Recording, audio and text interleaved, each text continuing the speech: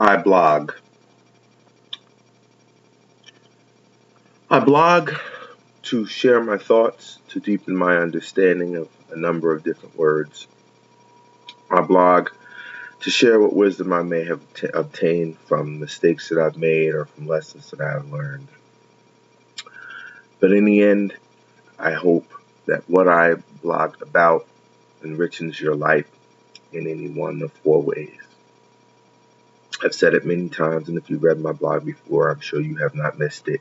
Though it may not have been of any value to you, it still remains. To enlighten, to encourage, to educate, at the very least to entertain. I pray that this one does not fall on deaf ears, and it does any three of the latter, and that entertainment is not the nerve that this one strikes the most. The word that I'm going to drove about for just a few moments is to choose, or the word choice. Life, or the way we live it, can generally be blamed upon a number of things, most of which I would say are your choices. If you believe in a God, whichever one you so believe in, or whatever order to the universe you believe exists, surely you must understand that all of them generally revolve around freedom of choice. Some of them suggest that at the end of the rainbow, once you pass from this earth, and even in this earth, the choices that you make bring back a certain amount of energy commensurate with the energy that you put out. So if it's positive, you get back positive. It's negative, you put back negative. But it all still boils down to the choices that you make. So let us drove on about choices. Everything that is in your life is there by your choice or choosing. And then somebody says, well, I didn't choose that car accident, or I didn't choose, cancer or whatever. And let it suffice to say that you probably did not, and that's obvious. But after an effect, some would suggest that there is an energy to the universe, and as these things occur to you, there is something that you may have done, if not in this life, the one before, or whatever. I don't know what your belief system is, but some suggest that you draw everything to you by choice. There's a book called The Secret, which suggests that because we're all energy, and because our thoughts are energy, and because there's a gravity that kind of draws everything to its like, that when you think of certain things in your mind consistently and with great energy, that those things are drawn to you, and that's a choice.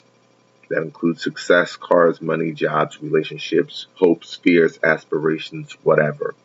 And if there is some truth to that, and it suggests that there is, because anyone who's ever thought about a person, a friend, family member for a long period of time, and then all of a sudden out of the blue they get a phone call, it would suggest that there is some evidence to that. Or that if anyone who has a fear of something happening and then suddenly it happens, that suggests that there is some truth to that there is an energy, there is a gravity to our thoughts. But let's talk about choices and how to make them. When you make a choice, you can't make a choice for the here and now. You can't make a choice for what's pleasant or what's popular. You can't make a choice, or you shouldn't, rather, make a choice on what's pleasant or popular. You should make a choice based on what is most prudent and lasting over time, and that is what is called science, or wisdom, rather. The scientific method suggests that in order to make a choice, you have to do something called the root cause analysis. You have to look at the why. And if you ask why 7 times, why, you'll get to the root of any situation, and then you can make a better choice about it. By comparison to other things, also, we can choose.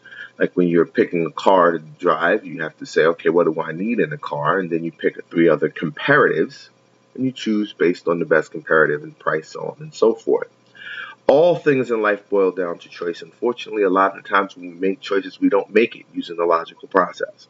We make these choices based on our feelings, or we make a choice based on our preferences. And let it suffice to say that our preferences do not always serve us well.